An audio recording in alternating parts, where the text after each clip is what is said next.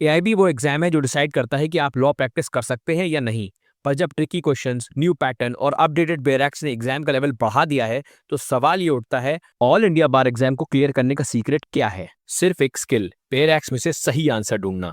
जैसा कि हम सब जानते हैं, ऑल इंडिया बार एग्जाम एक ओपन बुक एग्जाम है। मतलब आपको एग्जाम हॉल में बेयर एक्ट्स ले जाने की परमिशन होती है और लगभग सिलेबस के सारे ही सब्जेक्ट की बेयर एक्ट्स ले जा सकते हैं।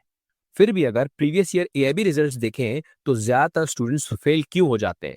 सिंपल है, बुक होती है पर सेक्शन नहीं मिलता है, क्वेश्चन समझ आता है पर बेयर एक्ट में आंसर कहाँ लिखा है ये नहीं पता होता।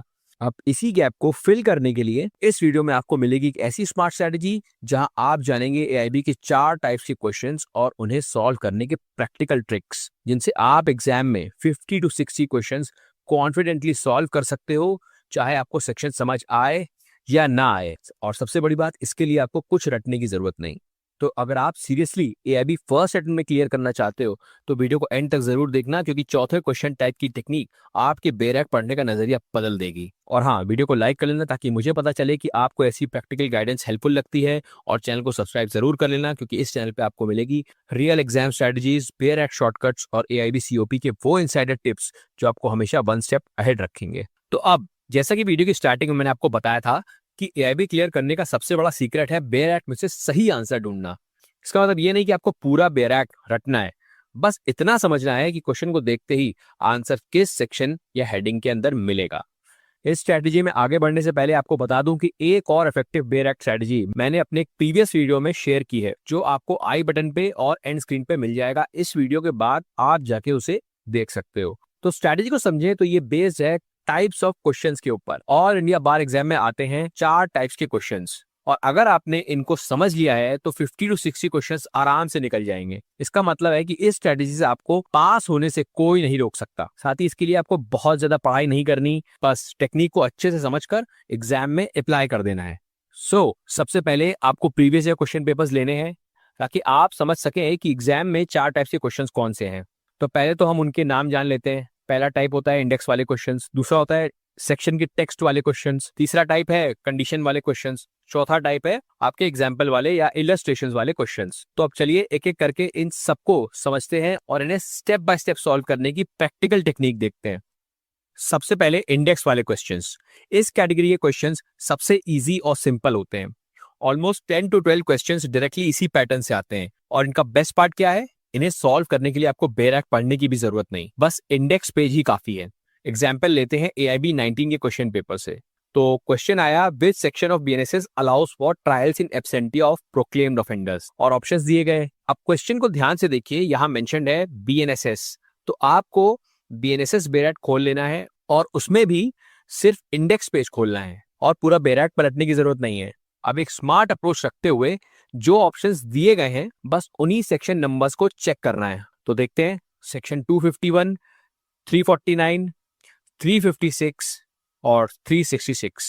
अब इन सेक्शंस के सामने लिखे वर्ड्स को क्वेश्चन में दिए गए टेक्स्ट से मैच कराना है। और जैसे ही मिलता है इंक्वायरी, ट्रायल और judgement in absentia of proclaimed offender, जो कि आपका सेक्शन 356 में वर्ड टू वर्ड मैच हो रहा है, बस वही आपका सही आंसर है। तो देखा आपने, क्वेश्चन पूरा समझना भी जरूरी नहीं था, सिर्फ वर्ड्स और फ्रेसेस की पहचान करके आंसर मिल गया। और यही है बेयर एक्ट नेविगेशन की रियल ट्रिक। अब नेक्स्ट, सेक्शंस के टेक्स्ट वाले क्वेश्चंस। इस टाइप के क्वेश्चंस में आपको थोड़ा स्मार्टली काम करना होता है। यहाँ क्वेश्चन के अंदर ही सेक्शन नंबर दिया होता है, जैसे सेक्शन 182 बीएनएस या सेक्शन 91 सीपीसी। अब ऐसे क्वेश्चंस में सबसे बड़ी गलती स्टूडेंट्स ये करते हैं कि वो पूरा बेयर एक्ट पढ़ने लग जाते हैं, जबकि जरूरत होती है सिर्फ एक छोटी सी ट्रिक की। सीधा वही बेयर एक्ट खोलना है जिसका सेक्शन क्वेश्चन में दिया गया है, और बिना टाइम वेस्ट किए उस सेक्शन पे चले जाना है। फिर ऑप्शंस में दिए गए टेक्स्ट को उस सेक्शन के वर्ड से मैच कराना है। जहां एग्जैक्ट वर्ड्स या फ्रेज या लाइन मिल जाए, वही आपका सही आंसर है। सिंपल है ना? अब इसे एग्जाम्पल से देखते हैं।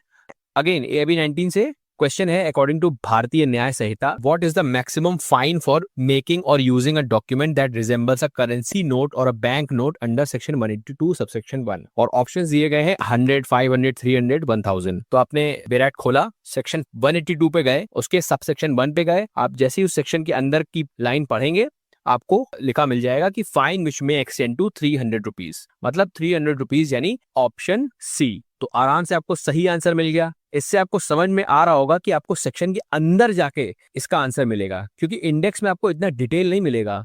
तो आपको सेक्शंस के अंदर जाके रीड करना होगा और वर्ड्स मैच कराने होंगे, और आपको इसके लिए भी पहले से कुछ पढ़ के नहीं जाना है। अब आते हैं तीसरे टाइप ऑफ क्वेश्चन पर, कंडीशन बेस्ड क्वेश्चंस। ये क्वेश्चंस थोड़े ट्रिकी लगते हैं, लेकिन एक्चुअली ये स्मार्ट स्पॉटिंग गेम होते हैं। देखिए, अगर किसी क्वेश्चन में लिखा हो कितने मंथ्स के अंदर या कितनी एज तक, तो तुरंत समझ जाना है ये कंडीशन बेस्ड क्वेश्चन है। इसका मतलब आंसर किसी स्पेसिफिक कंडीशन के अंदर छुपा है, जैसे टाइम लिमिट, एज या कोई रिक्वायरमेंट जो सेक्शन के अंदर लिखी होती है। अब इन्हें सॉल्व कैसे करना है? सिंपल, बेयर एक्ट उठाना है, क्वेश्चन में जो सेक्शन दिया है उस पर जाना है और अंदर वो लाइन ढूंढनी है जहां नंबर या कंडीशन लिखी हो। कोई पूरा पैराग्राफ पढ़ने की जरूरत नहीं, सिर्फ 1 या 2 लाइन में ही आंसर मिल जाता है। अब एक एग्जाम्पल देखते हैं AIB 16 से। क्वेश्चन है, where there is a decree pass against the union of India or state under section 82 CPC, execution shall not be issued for a period of, options हैं 3 मंथ, 6 मंथ, 1 ईयर, 2 ईयर्स। तो अब आपको सीधा CPC बेरेट खोलनी है, section 82 पर जाना है और उसके सबसेक्शन 2 को पढ़ना है, और वहां आपको लिखा मिल जाएगा within 3 months from the date of decree. बस वही आपका सही आंसर है, option A, 3 months from the date of decree. तो हमने क्या किया, यहाँ एक कीवर्ड उठाया, सेक्शन ओपन किया और ऑप्शन मैच कर दिया।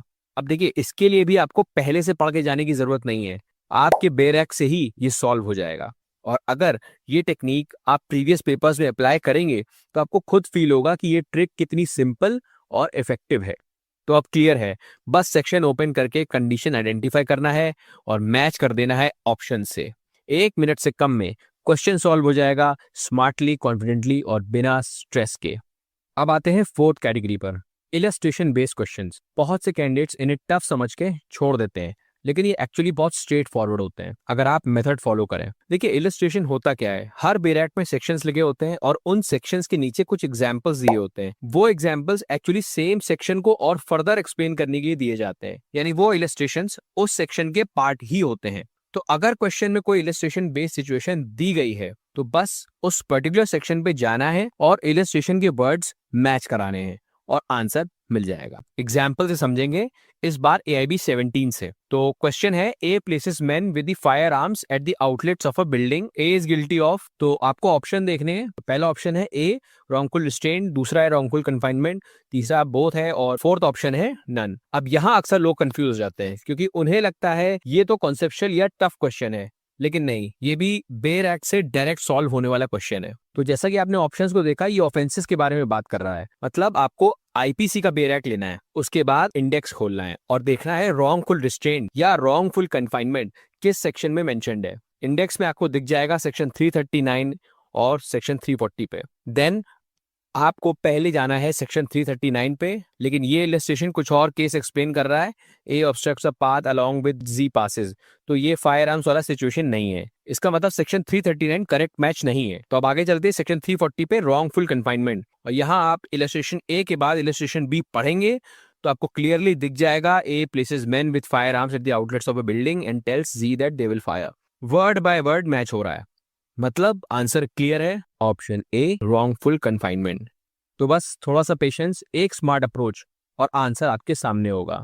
सो फाइनली आपको समझ आ गया होगा कि AIB क्लियर करना सिर्फ कॉन्सेप्ट्स और थ्योरी समझना नहीं है, ये एक टेक्निक बेस्ड एग्जाम है। बस एक बात याद रखिए कि एग्जाम हॉल में बेयर एक्ट ही आपका सबसे बड़ा वेपन है। जब भी कोई क्वेश्चन सामने आए तो पैटर्न आइडेंटिफाई करना है, index based, section based, condition या इलस्ट्रेशन बेस्ड, और फिर अपनी strategy step by step apply करनी है। सो फ्रेंड्स, अगर ये वीडियो आपके लिए हेल्पफुल रहा हो तो लाइक जरूर करना, क्योंकि हर लाइक और बेटर कंटेंट बनाने के लिए मोटिवेट करता है। साथ ही चैनल को सब्सक्राइब कर लेना ताकि ऐसे ही स्ट्रैटेजी वीडियोस आप मिस ना करो। और आप कमेंट में बता सकते हैं आपको AIB के किस टाइप के क्वेश्चन सबसे ट्रिकी लगते हैं। Till then, keep studying, keep working, मिलते हैं नेक्स्ट वीडियो में।